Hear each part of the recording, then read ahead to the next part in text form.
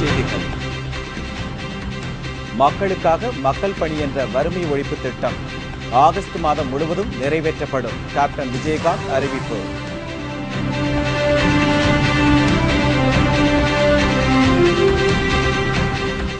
கர்நாடக புதிய முதல்வராக இன்று பதவியேற்றார் ஜெகதீஷ் ஷெட்டர். துணை முதல்வர்களாக 2 பேர் பதவியேற்பு.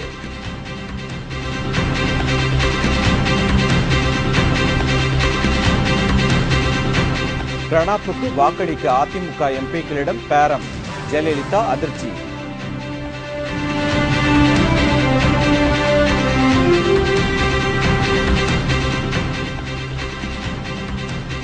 அரசியல் சார்பற்ற ஒருவரை குடியரசு துணைத் தலைவர் தேர்தலில் நிறுத்த வேண்டும். மார்க்சிஸ்ட் கம்யூனிஸ்ட் வலியுறுத்தல்.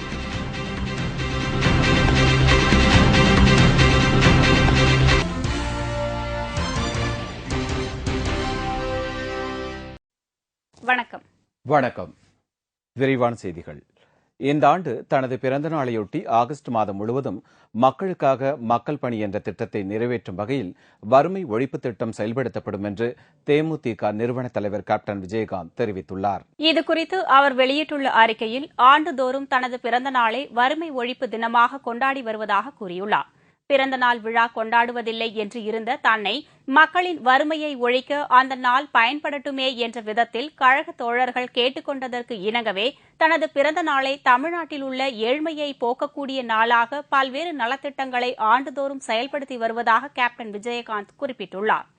மாற்றுத்திறனாளிகளுக்கு 3 சக்கர வண்டிகள், காது கேட்கும் கருவிகள், பள்ளி மாணவர்களுக்கு இலவச பாட புத்தகங்கள் வழங்குதல், சீருடை வழங்குதல், கல்வி கட்டணம் வழங்குதல் போன்ற திட்டங்கள் செயல்படுத்தியுள்ளதை கேப்டன் விஜயகாந்த் சுட்டிக்காட்டியுள்ளார். மேலும் இளைஞர்களுக்கு தொழிற்பயிற்சி கிடைக்க செய்யும் வகையில் கேப்டன் இலவச கணினி மையங்கள் மாவட்டந்தோறும் செயல்பட்டு வருவதாகவும் கேப்டன் கூறியுள்ளார். முதியோர்களுக்கு உதவித்தொகை மற்றும் ஏழைகள் திருமணம் நடத்திக் கொள்ள இலவச திருமண மண்டபம் மாமண்டூரில் கட்டி ஒப்படைக்கப்பட்டுள்ளதாகவும் கேப்டன் தெரிவித்துள்ளார். ஏழை தாய்மார்களுக்கு 1300 தையல் இயந்திரங்கள் வழங்கப்பட்டுள்ளதாக கூறியுள்ள அவர், புரட்சித் தலைவர் எம்ஜிஆர் காது கேளாதோர் பள்ளிக்கு ஆண்டுதோறும் 50,000 ரூபாய் வழங்கி வருவதாகவும் குறிப்பிட்டுள்ளார். பெண் சிசு கொலையை தடுக்கும் வகையில் பெண்கள் நாட்டின் கண்கள் என்ற திட்டம் செயல்படுத்தப்பட்டு தனது பிறந்த நாளில் 10,000 ரூபாய் டெபாசிட்டாக போடப்பட்டு அக்குழந்தைகள் திருமண வயதை எட்டுகிற போது சுமார் 2 லட்சம் ரூபாய் கிடைக்க வழிவகை செய்யப்பட்டுள்ளதாகவும் கேப்டன் கூறியுள்ளார். இயன்றதை செய்வோம், இல்லாதவருக்கே என்ற கொள்கையோடு இயங்கும் தமது இயக்கத்தின் கொள்கையை வெறும் முழக்கமாக இல்லாமல் செயல்படுத்தியும் வருகிறோம் என்பதற்கு இவையெல்லாம் எடுத்துக்காட்டாகும் என்றும் கேப்டன் விஜயகாந்த் தெரிவித்துள்ளார். ஆண்டுதோறும் தனது பிறந்த நாளையொட்டி தனது சொந்த செலவில் இந்த நலத்திட்டங்களை செயல்படுத்தி வருவதாகவும் கேப்டன் தனது அறிக்கையில் தெரிவித்திருக்கிறார். அதுபோலவே இந்த நாளில் ஆங்காங்கே கழக நிர்வாகிகளும் கழக தோழர்களும் அவர்களுடைய சக்திக்கேற்ப ஏழை எளிய மக்களுக்கு உதவிகள் செய்து வருவதாக கூறியுள்ள விஜயகாந்த், வறுமை ஒழிப்பை ஒரு மக்கள் இயக்கமாகவே நடத்தி வருகிறோம் என்பது நாடறிந்த உண்மை என்றும் தெரிவித்துள்ளார். கடந்த ஆண்டுகளைப் போலவே இந்த ஆண்டும் தனது பிறந்த நாளையொட்டி தமிழ்நாடெங்கும் பல வறுமை ஒழிப்பு நடவடிக்கைகளை நம்முடைய கழகத்தை சேர்ந்தவர்கள் மேற்கொள்ள வேண்டும் என்று கேப்டன் விஜயகாந்த் விருப்பம் தெரிவித்துள்ளார்.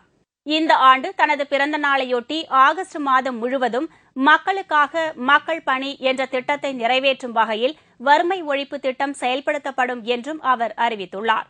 ஆகஸ்ட் மாதம் 1 தேதியிலிருந்து செப்டம்பர் மாதம் 1 தேதி வரை தமிழ்நாட்டில் உள்ள 32 மாவட்டங்களிலும் 32 நாட்கள் பிறந்தநாள் விழாவாக கொண்டாடப்படும் என்று விஜயகாந்த் தெரிவித்துள்ளார்.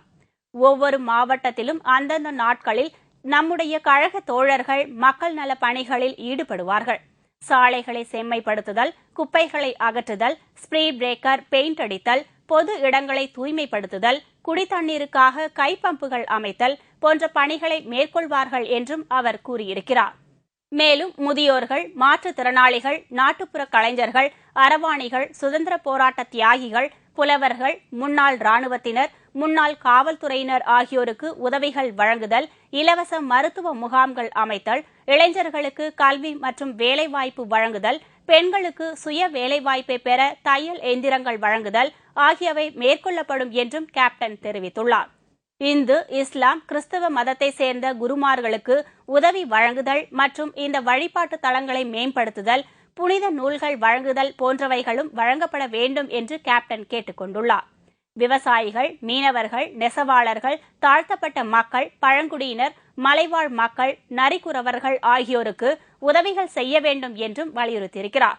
ரிக்ஷா, ஆட்டோ ஓட்டுநர்கள், சுமை தூக்குவோர், துப்புரவு பணியாளர்கள் ஆகியோருக்கு உதவிகள் வழங்குதல், ஏழை தாய்மார்கள் மற்றும் குழந்தைகளுக்கு உதவி செய்தல், பள்ளிகளுக்கு இலவச கம்ப்யூட்டர் வழங்குதல் போன்ற நலப்பணிகளை செய்ய வேண்டும் என்றும் கேப்டன் வேண்டுகோள் விடுத்துள்ளார்.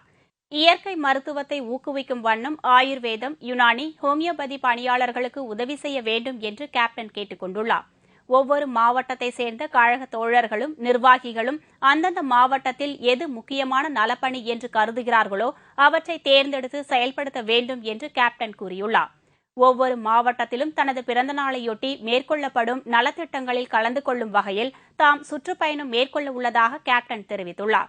கழக நிர்வாகிகளும் தோழர்களும் இந்த ஆண்டு தனது பிறந்த நாளையொட்டி நடைபெறும் மக்கள் நலப்பணிகளை மக்களிடையே வறுமையை ஒழிக்கும் விழிப்புணர்ச்சியை ஏற்படுத்தும் வகையில் சிறப்பாக அமைய வேண்டும் என்று கேப்டன் கேட்டுக் கொண்டுள்ளார். தமிழ்நாடு அரசு தேர்வாணைய கழகத்தின் சுமார் 10,000 இடங்களுக்கு குரூப் 4 தேர்வில் 12 லட்சம் பேர் கலந்து கொள்ள வேண்டிய அவலநிலை இருக்கிறது என்பதை பார்க்கிறபோது நம் முன்னே எத்தகைய மகத்தான பணி காத்து கிடக்கிறது என்பதை எளிதில் உணர முடியும் என்றும் கேப்டன் தெரிவித்துள்ளார். ஊழலையும் வறுமையையும் ஒழிப்பதே நமது முதல் வேலை என்றும் இந்த ஒரு மாதத்தில் மக்களிடையே அத்தகைய விழிப்புணர்ச்சியை ஏற்படுத்த நாம் உணர்ச்சியோடும் ஊக்கத்தோடும் பாடுபடுவோம் என்ற உறுதியை ஏற்போம் என்று தனது அறிக்கையில் கேப்டன் விஜயகாந்த் வலியுறுத்தியுள்ளார்.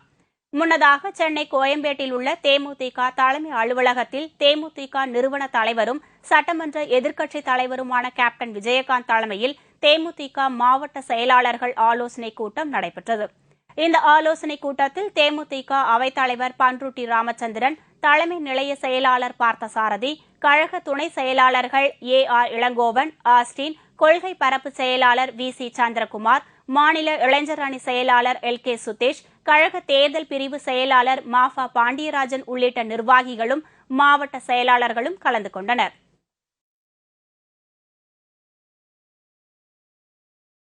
கர்நாடக மாநில புதிய முதல்வராக ஜெகதீஷ் ஷெட்டர் இன்று பதவியேற்றுக் கொண்டார்.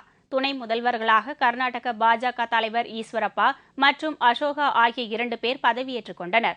கர்நாடகாவில் முன்னாள் முதலமைச்சர் எடியூரப்பா கோஷினர் எழுப்பிய போர்க்கொடி காரணமாக சதானந்த கவுடா முதல்வர் பதவியிலிருந்து விலக ஒப்புக்கொண்டதை அடுத்து நேற்று முன்தினம் நடந்த பாஜக MLA-க்கள் கூட்டத்தில் எடியூரப்பாவின் ஆதரவாளர் ஜெகதீஷ் ஷெட்டர் புதிய முதல்வராக தேர்ந்தெடுக்கப்பட்டார்.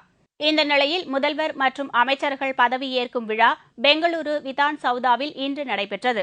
முதல்வர் ஜெகதீஷ் ஷெட்டருக்கு ஆளுநர் பரத்வாஜ் பதவி பிரமாணமும் ரகசிய காப்பு உறுதிமொழியும் செய்து வைத்தார்.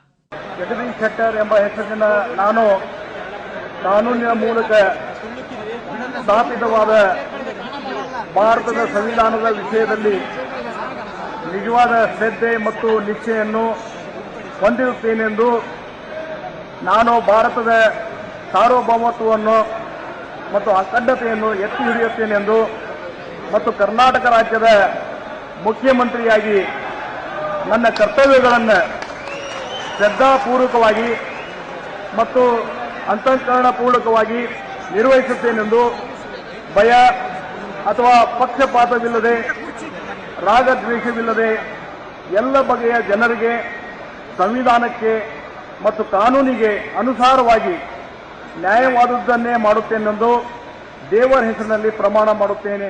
சுரேஷ்குமார், பசவராஜ் பொம்மை உள்ளிட்ட 7 பேர் ஷெட்டர் உடன் பதவியேற்றனர். ஈஸ்வரப்பா மற்றும் அசோகா ஆகியோர் துணை முதல்வராக பதவியேற்றனர். ஷெட்டர் தலைமையிலான அமைச்சரவையில் மேலும் 32 பேர் பதவியேற்பார்கள் என்று எதிர்பார்க்கப்படுகிறது.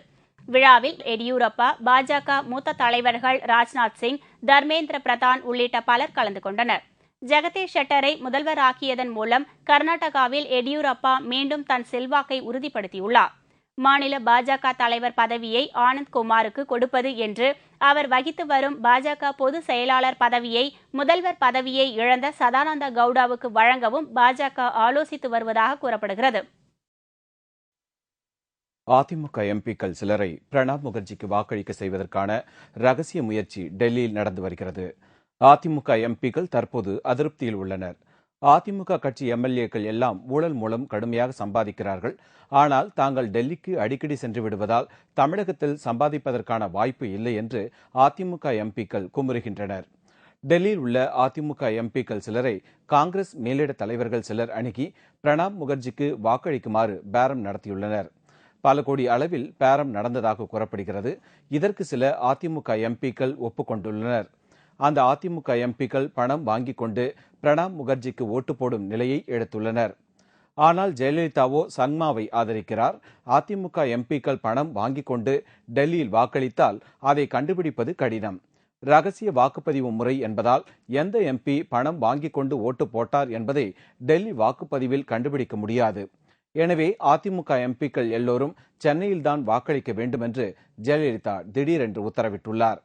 எனவே அதிமுக எம்பிக்கள் டெல்லிக்கு திடீரென்று சென்று தேர்தல் ஆணைய அதிகாரிகளை சந்தித்துள்ளனர்.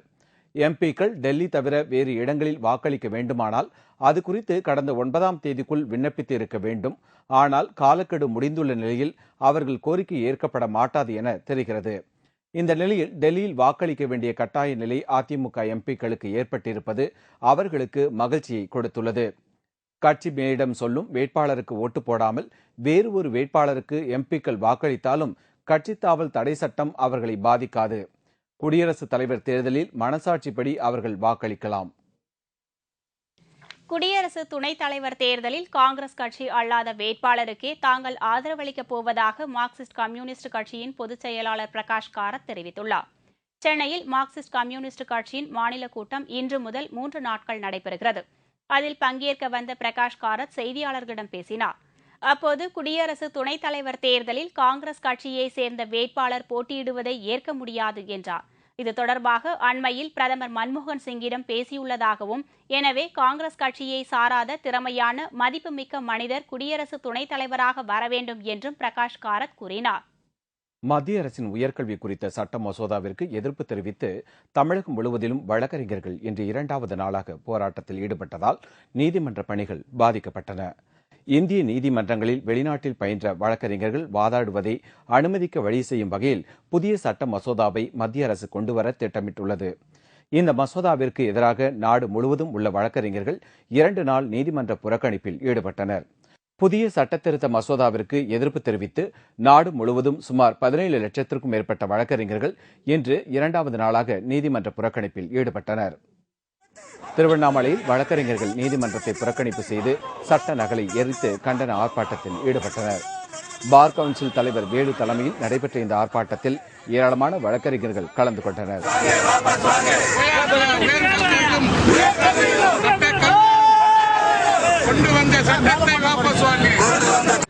வெளிநாட்டு வழக்கறிஞர்கள் இந்தியாவிற்கு வந்து இங்கே தொழில் புரியும் முறையிலும் இந்த ஒரு சட்டத்தை இன்றைய மத்திய அரசானது புதிய மசோதாவை கொண்டு வந்து இன்றைக்கு நிறைவேற்றியிருக்கிறது. இந்த சட்டம் கொண்டு வரப்பட்டால் வழக்கறிஞர்கள் தொழில் நிச்சயமாக பாதிக்கப்படும். ஏழை எளிய மக்கள் அனைவரும் குறைந்த செலவிலே இலவசமாகவும் சட்ட உதவிகளை பெறுவது மிகவும் பாதிக்கப்படும் என்பதனை கருத்தில் கொண்டு இந்த வழக்கறிஞர்களை நாங்கள் எல்லாம் அந்த சட்ட மசோதாவிற்கு எதிர்ப்பு தெரிவிக்கும் வகையிலே இன்றைக்கு நாங்கள் அந்த சட்ட மசோதாவை எடுத்துக் கொண்டிருக்கிறோம். கன்னியாகுமரி மாவட்டத்தில் 2000 வழக்கறிஞர்கள் இன்று 2வது நாளாக நீதிமன்றத்தை புறக்கணித்து போராட்டத்தில் ஈடுபட்டனர். இந்த போராட்டத்தால் நீதிமன்ற பணிகள் முற்றிலுமாக பாதிக்கப்பட்டது. வழக்கறிஞர்களின் போராட்டத்தால் நீதிமன்ற வளாகங்கள் வெறிச்சோடி காணப்பட்டன.